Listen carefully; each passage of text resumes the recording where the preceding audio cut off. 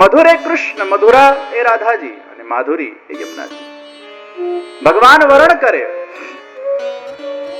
મધુરા સ્વામીજી અને એ સ્વામીજી સ્વરૂપ શ્રી વલ્લભ છે. એ વલ્લભ દ્વારા એનું સંબંધ પ્રભુ સાથે થાય. એ વલ્લભની કૃપાથી એનું બ્રહ્મ સંબંધ થાય. વરણ એ પ્રભુ કરે, બ્રહ્મ સંબંધ એ શ્રી વલ્લભ દ્વારા થાય. અને એ બ્રહ્મ સંબંધ થયા પછી ભક્તિમાં એની વૃદ્ધિ શ્રી યમુનાજીની કૃપાથી થાય. એ શ્રી યમુનાજી તનુનવત્વની પ્રાપ્તિ કરાવે, એના લીલા સ્વરૂપનું એને જ્ઞાન કરાવે, સમસ્ત દોષોનો નાશ કરે. મુકુંદ રતિ વર્ધની, એ મુકુંદમાં એ રતિનું વર્ધન કરનારા એ શ્રી યમુનાજી. ભક્તિની વૃદ્ધિ એ યમુનાજીની કૃપા વગર થતી નથી. અને શ્રીનાથજી, યમુનાજી, મહાપ્રભુજી, ગુસાઈજીએ યમુનાષ્ટકની ટીકામાં કીધું આ ત્રણેય સજાતીય છે, આ ત્રણેય એક જ છે. ત્રણેયમાં ઐશ્વર્ય, વીર્ય, યશસ્વી, શ્રી, જ્ઞાન, વૈરાગ જે છ ભગવાનના મુખ્ય ધર્મો છે, જેને આપણે ભગ કહીએ છીએ, એ ત્રણેયમાં વિદ્યમાન છે. એટલે શ્રીનાથજી, યમુનાજી, મહાપ્રભુજી ભલે અલગ સ્વરૂપ દેખાતા હોય, પણ આ ત્રણેય તત્વ એક જ તત્વ છે. અને ત્રણેય વચ્ચે કોર્ડિનેશન છે. શ્રીનાથજી વર્ણન કરે તો જ મહાપ્રભુજી કૃપા કરે, તો જ યમુનાજી ભક્તિની વૃદ્ધિ કરે. એવું ના હોય કે ડાયરેક્ટ મહાપ્રભુજી કોઈના પર કૃપા કરી લે, શ્રીનાથજીની ઈચ્છા હોય. મનુષ્યો વચ્ચે મિસઅન્ડરસ્ટેન્ડિંગ હોય, પણ ભગવાન વચ્ચે તો અન્ડરસ્ટેન્ડિંગ હોય. શ્રીનાથજી, મહાપ્રભુજી અને યમુનાજી, આ ત્રણેય સ્વરૂપો, અને આ ત્રણ ભેગા થાય એને જ પુષ્ટિ કહેવાય. આ ત્રણેય યમુનાજીના એક ઘાટ પર એમનું સંગમ થયું, જ્યાં યમુનાજી વિરાજમાન છે, શ્રી વલ્લભ બિરાજમાન છે અને શ્રીનાથજી બિરાજમાન છે. અને ત્યાં જ બ્રહ્મ સમન મંત્ર ભગવાને શ્રી મહાપ્રભુજીને પ્રદાન કર્યું. આ ત્રણેય સ્વરૂપ જ્યાં ભેગા થાય અને આ ત્રણેય ભેગા મળીને જે જીવનો ઉદ્ધાર કરે એને જ આપણે પુષ્ટિ કહીએ છીએ. तीनों की कृपा से पुष्टि मार्ग में वो जीव आगे बढ़ता है. એ શ્રીનાથજી બાબા જે કૃપા કરવા માટે પધાર્યા છે, એ શ્રીનાથજી બાબા જે સર્વદૈવી જીવોના એ જીવોનો વરણ કરવા માટે પધાર્યા છે, અને એમના સાથે મહાપ્રભુજી, યમુનાજી એ પણ પધાર્યા છે. આ ત્રણેય સ્વરૂપોની એ દિવ્ય કૃપા પ્રસાદ થી જ ભગવત સેવા અને ભગવત કથાનું એ દિવ્ય સાધન આપણને પ્રાપ્ત થતું હોય છે. તો શ્રીનાથજી ચરિતામૃત કથાના આજના મંગલ પ્રારંભના શુભ અવસરે એ શ્રીનાથજી બાબા ના ચરિત્રોને જ્યારે આપણે શ્રવણ કરવા જઈ રહ્યા છીએ, પણ એ શ્રીનાથજી બાબા ક્યાંથી પ્રગટ થયા? તો ગિરિરાજ બાબામાંથી પ્રગટ થયા. એ ગિરિરાજ બાબા ક્યાંથી પ્રગટ થયા? તો શ્રીનાથજી માંથી પ્રગટ થયા. ભગવાન એક હતા, એકમાંથી અનેક થવાની ઈચ્છા થઈ. એકો હમ બહુશ્યામા, વેદોએ કીધું સ એકાકી નરમતે દ્વિતીય મૈચ્છત. ભગવાન અનાદિકાળ પહેલા એકલા હતા, એકમાંથી અનેક થવાની ઈચ્છા થઈ. ભગવાનને ખબર નથી, અગર ભગવાન મિશ્રી છે તો મિશ્રીને खबर नहीं कि एनी मिठास केवी छे. भगवान ने स्वयं ही अपने अंदर से अपनी मिठास को प्रकट किया. ए राधा कृष्ण गोलोक धाम ना अंदर नित्य लीला में पोतानी सुंदर लीला ने साकार करी रह्या छे. भगवान श्री कृष्ण एक सुंदर वृक्षना नीचे वासुरी वादन करी रह्या छे, अने वासुरी वादन करता करता श्री कृष्णना मनमोहक दर्शन करता करता श्री राधिकाजी सुंदर नृत्य करी रह्या छे. અને નૃત્ય કરતા કરતા એ શ્યામ સુંદર શ્રી રાધિકાજીનું દર્શન કરી રહ્યા છે. એ ગોલોકધામની આ દિવ્ય લીલાનું અદ્ભુત દર્શન થઈ રહ્યું છે. કથાના અંદર પ્રભુની દિવ્ય લીલાઓનું જ્યારે આપણે ચિંતન કરીએ, મનન કરીએ, એનું જ્યારે અંતરચક્ષુના માધ્યમથી દર્શન કરીએ, ત્યારે આપણા માનસ પટલ ઉપર એ ભગવાનના એ દિવ્ય ચરિત્રો, એ દિવ્ય લીલાઓ એ ક્યાંક ને ક્યાંક સ્ફુરાયમાન થતી હોય છે. અને થોડા ક્ષણો માટે આપણે એ વાતાવરણને અનુભૂત કરતા હોઈએ છીએ, એ ભાવના અંદર ભીંજાઈ જતા હોઈએ.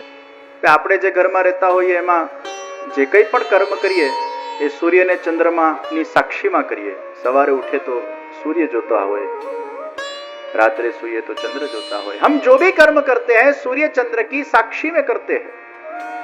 दादाजी को ऐसा घर बनाना है जहां सूर्य चंद्र का भी इंटरफियरेंस नहीं चाहिए, वो स्थल स्वयं प्रकाशित होना चाहिए. છ ઋતુઓ ત્યાં આવીને વિરાજમાન થઈ ગઈ હોય. ભાઈ આપણા ત્યાં તો બે જ ઋતુ હોય, એસી ચાલુ કરો એટલે શીતકાલ, બંધ કરો એટલે ઉષ્ણકાલ. રાધાજી કે છે મને છ ઋતુ એક સાથે વિરાજમાન જોઈએ. આપ ऐसा कोई स्थल बनाइए. શ્રી રાધા કૃષ્ણ યમુનાજીના નીર વહી રહ્યા છે અને યમુનાજીના ઘાટ પર વિરાજમાન થયા. બંને શ્રીહસ્ત પોતાના હાથમાં ઝાલીને એ રાધિકાજી એ પોતાના દિવ્ય મનોરથનું ચિંતન કરી રહ્યા છે. એ દિવ્ય મનોરથ પ્રભુએ પોતાના હૃદયના અંદર ધારણ કર્યું. અહીંયા તમે લોકો ઉપસ્થિત થયા એ શું તમારી ઈચ્છાથી થયા? ઘણીવાર આપણી ઈચ્છા હોય તોય આપણને સત્સંગ મળી શકતું નથી. કઈ ને કઈ અડચણ આવી જાય, કઈ ને કઈ વિઘ્ન આવી જાય, કઈ ને કઈ અંતરાય આવી જાય, હર્ડલ આવી જાય. ઘણીવાર તો પ્લાનિંગ આપણા ધરાના ધરા રહી જતા હોય છે. ઘણીવાર કોઈ યાત્રાએ જવાનું હોય, કોઈ દર્શનાર્થે જવાનું હોય, કોઈ સત્સંગને શ્રવણ કરવા માટેની બધી જ વ્યવસ્થાઓ ગોઠવી હોય અને એના આગલા જ દિવસે એવું કોઈ અડચણ આવી જાય કે ઘણી બધી ઈચ્છા હોવા છતાંય એમાં આપણે સંમેલિત થઈ શકતા નથી. અને ઘણીવાર ઈચ્છા ન હોય અને ક્યાંક કોઇન્સિડન્ટલી સત્સંગમાં આવી જવાય છે.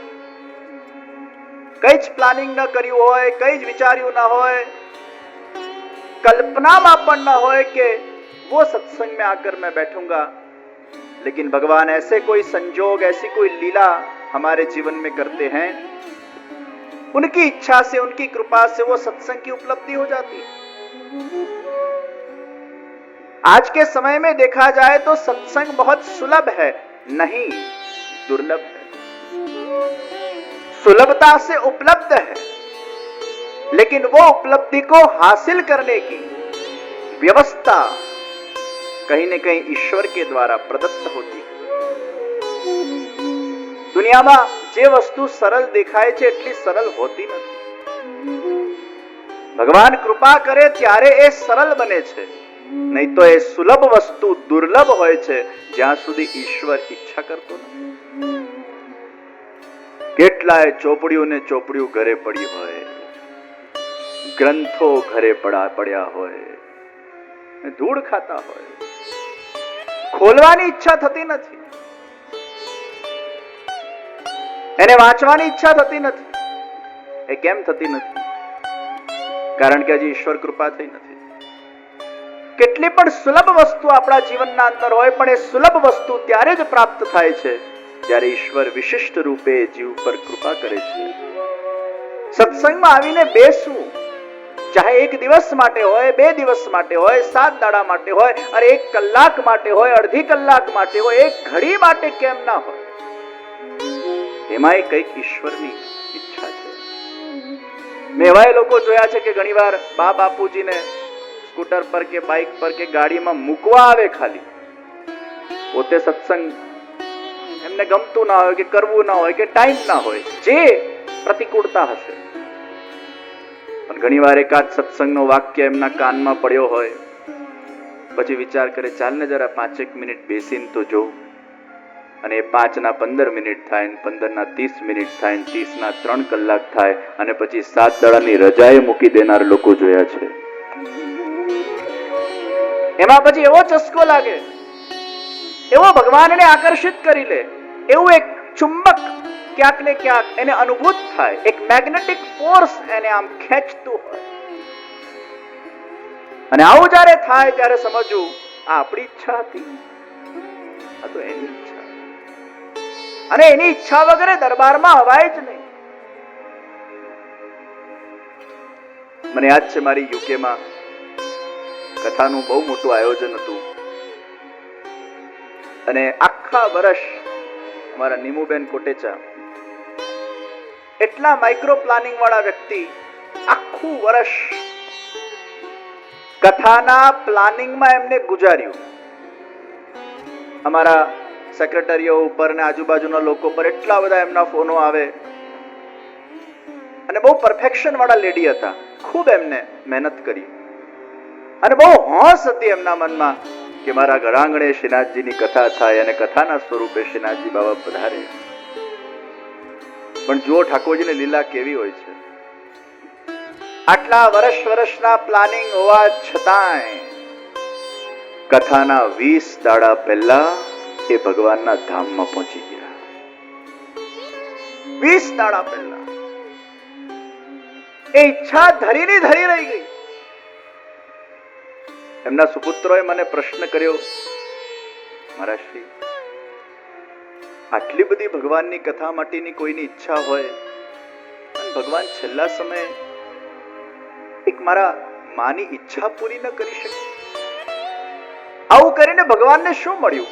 એકાદ કથા થઈ જવા દેતે ને પછી મારા માને ઉપાડી લેતો તો હજી ચાલતે, પણ આવું શા માટે થયું? ત્યારે મેં એ છોકરાઓને સમજાવ્યા કે ઘણીવાર ભગવાન ક્યારેક સંયોગ આપે, ક્યારેક વિયોગ આપે. કોઈક વાર સંયોગથી આપણો ઉદ્ધાર કરે, કોઈક વાર વિયોગથી આપણો ઉદ્ધાર કરે. ભગવાનને ખબર જ હતી આમનો છેલ્લો સમય ચાલી રહ્યો છે અને એ છેલ્લા સમયમાં ભગવાન એમને કથા કરવાની પ્રેરણા આપી. સતત એમના મનમાં કથા કથા કથા કથા કથા કથા ના સંસ્મરણો તાજા રહ્યા. છેક સુધી એમના મનમાં એ કથાના આયોજનના બાબતે એ શ્રીનાથજી બાબા એમના સંસ્મરણમાં રહ્યા અને છેક સમય સુધી શ્રીનાથજીનું સ્મરણ થયું અને એ જ સ્મરણ કરતા કરતા એમને પ્રભુના ધામની પ્રાપ્તિ થઈ. એ 20 દાડા પછી મેં ત્યાં કથા કરી અને એ કથાના અંદર મેં કીધું કે અત્યારે ભલે પ્રત્યક્ષ સ્વરૂપે નીમુબેન આપણા સામે નથી, પણ અત્યારે પરોક્ષ રીતે એમની આત્મા અહીંયા વિરાજમાન છે અને કથાનું શ્રવણ કરી રહ્યા છે. ભગવાન એ સ્વરૂપે એમનો ઉદ્ધાર કરવા માંગે છે. આવા ભગવદીય જીવો પણ મેં જોયા છે કે ઘણીવાર બહુ ઈચ્છા હોવા છતાંય પ્રત્યક્ષ એમને કથા સુલભ થઈ શકતી નથી, પરોક્ષ રીતે એમને સુલભ થઈ હોય. तो ईश्वर की इच्छा और कृपा के बिना इस दरबार में कोई आकर बैठ नहीं सकता. और अगर हमारे जीवन में ऐसे अवसर, ऐसी अनुकूलता, ऐसे संजोग अगर प्रकट होते हैं, ये भगवान की बहुत बड़ी अनुकंपा है. અને આજના સમયમાં સત્સંગની વિશેષ આવશ્યકતા છે. બાહ્ય સમૃદ્ધિ વ્યક્તિને કેટલી પણ મળી જાય, પણ જો આંતરિક રીતે વ્યક્તિ સમૃદ્ધ ન હોય તો બાહ્ય સમૃદ્ધિ એક ખોખલી સમૃદ્ધિ છે. બહુ મોટું ઘર આપણે બનાવીએ, આપણે એટલા ખુશ થઈ જઈએ, પણ એ ખુશી કેટલા સમય સુધી રહે? થોડાક સમય સુધી. અને પછી એ ઘર ટેકન ફોર ગ્રાન્ટેડ થઈ જાય. પછી એ બહુ મોટા ઘરની જે ખુશી હતી એ 2-5 મહિના, 10 મહિના, 1 વર્ષ, 2 વર્ષ તમે રહો એટલે ખુશી ધીરે ધીરે સમાપ્ત થતી જાય. અને પછી તમારાથી મોટું કોઈએ ઘર બનાવ્યું હોય ને એ ઘરમાં તમે જાઓ એટલે પાછું તમારા મનમાં એવું થાય, આ તો આપણો આથી એ મોટું છે, આપણું એનાથી નાનું છે, હવે આવું મોટું થાય તો કેટલું સારું. એ મુકામ પર પહોંચો, હજી આનું મોટું થાય તો કેટલું સારું. વ્યક્તિ ઘર બદલ્યા કરે, સમૃદ્ધિને પામ્યા કરે, સત્તાને પ્રાપ્ત કર્યા કરે. સત્તાને પ્રાપ્ત કર્યા પછી પણ એ તો ભારમાં ને ભારમાં રહે છે. પછી તરત બીજો વિચાર આવે, હવે આ સત્તા જતી રહેશે તો. સત્તા પામવાનું જે મનમાં ઈચ્છા છે એ પમાઈ ગયા પછી તરત પાછો ભય પેસી જાય છે, હવે એ ચલી ગઈ તો. લૌકિકની કોઈ પણ વસ્તુ આપણે પ્રાપ્ત કરશું, એ પ્રાપ્તિમાં ઇનિશિયલ સ્ટેજમાં જેટલો તમને આનંદ થશે એ આનંદ લાંબા ગાળા સુધી ટકી શકતો નથી. એ ક્યાંક ને ક્યાંક શુષ્ક થઈ જતો હોય છે. બાહ્ય સમૃદ્ધિ એ ખોખલી સમૃદ્ધિ છે. બાહ્ય સફળતા એ ખોખલી સફળતા છે. અગર બાહ્ય સફળતાથી વ્યક્તિ સદૈવ માટે પ્રસન્ન થઈ શકતો હોય, સદૈવ માટે હેપી થઈ શકતો હોય તો એના જીવનમાં એ સાચા અર્થમાં સફળ કહેવાય. એટલે સફળતાની પરિભાષા આપણા ત્યાં આપવામાં આવી કે who is successful, who is happy. If you are happy, you are successful, and if you are successful, you are happy. Happiness and success goes together. Even though you get a big amount of success in your career, but still if you are not happy, then you are not successful. Ultimate goal of a human life is to get happiness. અને બધું પામ્યા પછી પણ અગર વ્યક્તિને happiness મળતી નથી, તે પામેલી વસ્તુ એક ખોખલી સમૃદ્ધિ છે. પણ ભગવાન પણ બહુ ચતુર છે. ભગવાન કહે છે, હે મનુષ્ય, હું તારું સર્જન કરું છું અને તારા સર્જન કર્યા પછી તને બધી જ વસ્તુ હું આપીશ પણ ખરો. કદાચ તારી ઈચ્છાઓ પૂરી પણ થશે, પણ જે હેપીનેસ તત્વ છે, આનંદ તત્વ છે, એની તારા મનમાંથી હું ચોરી કરી લઉં છું. હેપીનેસ તો કેવલ મારાથી જ તને મળશે. હુકમનો ઇક્કો ભગવાન પોતાના પાસે રાખે છે અને ભગવાન મનુષ્યને ચેલેન્જ આપે છે.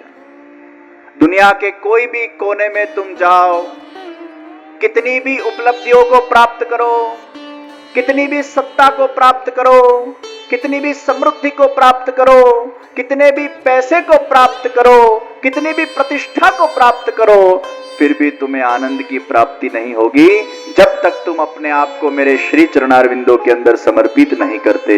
तब तक तुम्हें वो आनंद की प्राप्ति नहीं होगी. क्योंकि आनंद बाहर से नहीं मिलता, आनंद अंदर से मिलता है. आनंद शरणागति से मिलता है. आनंद अहंकार रहित कर्म से मिलता है. आनंद मुझसे मिलता है, क्योंकि मैं ही आनंद का स्वरूप हूं. भगवान ज आनंद છે. આનંદ તરફ અગર આપણો દ્રષ્ટિકોણ હશે તો આનંદ મળશે. શાશ્વત તરફ અગર આપણો દ્રષ્ટિકોણ હશે તો આનંદ મળશે. પણ નાશવંત તરફ અગર આપણો દ્રષ્ટિકોણ હશે તો આનંદ નહીં મળે, પણ આનંદના પરછાઈ સ્વરૂપ ઇલ્યુઝન રૂપે સુખ અને મજા મળશે. સુખ और મજા. મજા એટલે જે આવીને તરત જતી રહે એનું નામ મજા. એમાં જા શબ્દ છે. ગરમ તવેથા ઉપર એક ટીપું પાણી પડે અને વરાળ બનીને ઉડી જાય, એમ જીવનમાં લૌકિક વિષયોમાં આપણને થોડી ઘણી મજા આવી જાય. કાનથી સાંભળવામાં મજા આવી જાય, મુખથી બોલવામાં મજા આવી જાય, રેસ્ટોરન્ટમાં ખાવામાં મજા આવી જાય, ક્લબોના અંદર ફરવામાં મજા આવી જાય, પિક્ચરો જોવામાં મજા આવી જાય, મિત્રો સાથે ગપ્પા મારવામાં મજા આવી જાય. પણ એ મજા ટકે કેટલી? આવીને જે તરત જતી રહે એનું નામ મજા. મજાનો બહુ લાંબો ડ્યુરેશન નથી અને છેક સુધી વ્યક્તિ મજા માણ્યા કરે છતાંય ખાલીનો ખાલી જ રહે. જેને મળ્યા પછી કઈ જ પ્રાપ્તિ ન થાય, ત્યાંનો ત્યાં જ રહે, એ મજા. આપણે ટ્રેડમિલ પર દોડીએ, દોડતા જાય કેલોરીઓ બળે. જેને વજન ઉતારવું હોય એના માટે સારી વાત છે, ફિટ રહેવું એના માટે સારી વાત છે, પણ કશે પહોંચવું હોય તો એના માટે ટ્રેડમિલ બહુ કામનું નહીં. એને લાગે હું દોડી રહ્યો છું, પણ આગળ વધતો જ નથી, ત્યાંનો ત્યાં જ રહે છે. आनंद को प्राप्त करने के अंदर मजा को हम प्राप्त कर जाते हैं, भूल कर बैठते हैं, चाहते हैं आनंद, मिल गई मजा, जो आकर तुरंत चली जाती है, जो टिकती नहीं. सुख मननी अनुकूल स्थितिने આપણે સુખ કહીએ અને મનની પ્રતિકૂળ સ્થિતિને આપણે દુઃખ કહીએ. મને એક જણાએ પૂછ્યું કે સુખની ડેફિનેશન શું? મેં કીધું સુખની ડેફિનેશન ઊભી કરવી એનું જ નામ દુઃખ. સુખ ઇઝ નોટ ડિપેન્ડન્ટ, સુખ ઇઝ ઇન્ડિપેન્ડન્ટ. પેલો વ્યક્તિ મને સ્માઇલ આપે તો જ મને સુખ મળે, આ મેન્ટાલિટી, આ દ્રષ્ટિકોણ જ દુઃખ છે.